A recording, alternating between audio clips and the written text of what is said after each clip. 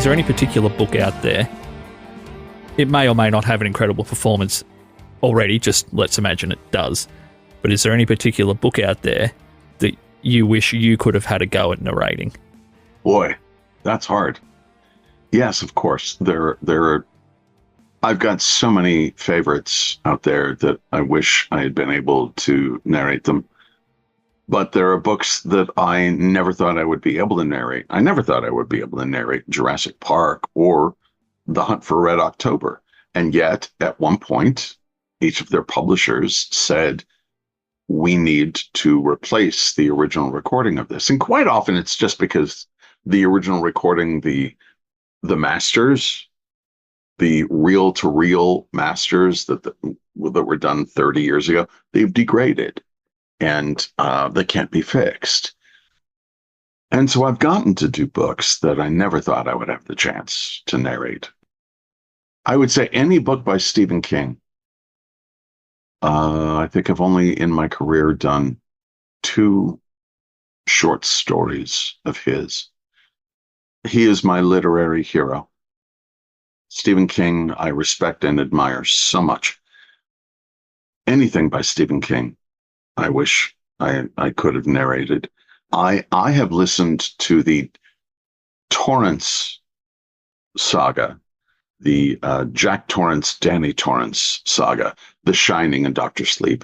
I have listened to those 2 books at least 5 times each. I think it's one of the finest sagas ever written. And my wife, she hates horror. She can't abide it. And I tell her all the time, I said, these books are not horror. They are tragedy. The tragedy of a fractured relationship between a parent and their child because of alcohol. And King handled it so marvelously. He was so responsible in the way that he wrote them. When he wrote The Shining, he was a functioning alcoholic. He wrote a book about a functional alcoholic. Then 30 years of sobriety go by, and people kept asking, what happened to Danny Torrance? And he wrote a book about what it's like to be the son of an alcoholic who sadly became one himself.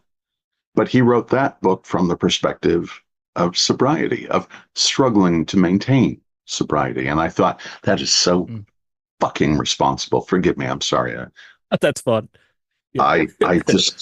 I admire Stephen King so very much. So of course I would love to do that. But to be honest, when I think about re-recording things, the context in which I think about it is re-recording things that I've done. Yeah.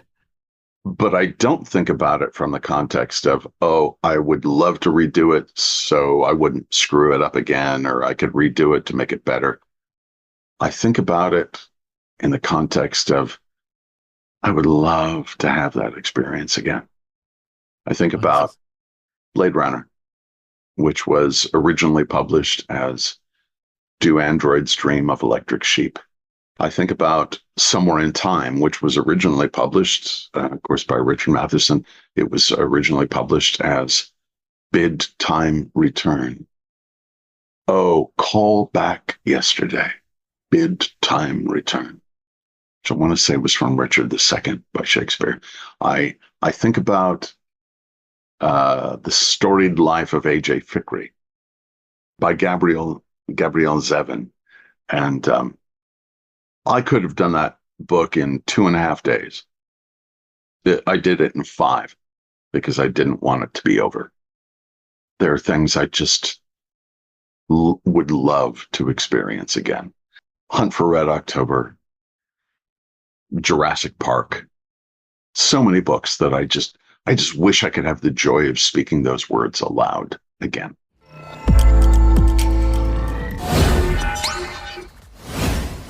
You've been remarkably generous with your time, Scott. So where can people find your work online? Is it mostly all of your catalogs on Audible? Because obviously that's a global platform, for lack of a better term, for audiobooks. scottbrick.com?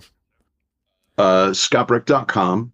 It's hard because I do a book basically every week. And so it's hard to keep track on the website and keep everything up to date. Yeah. But for the majority of the work that I've done, it's listed on my website, and you can click on it and go to the appropriate places that sell it, distribute it. On social media, Twitter, I refuse to call it by its new name. It's at Scott Brick. Facebook, it's Scott Brick Presents. On Instagram, I think it's The Real Scott Brick, something like that. Somebody had parked the name.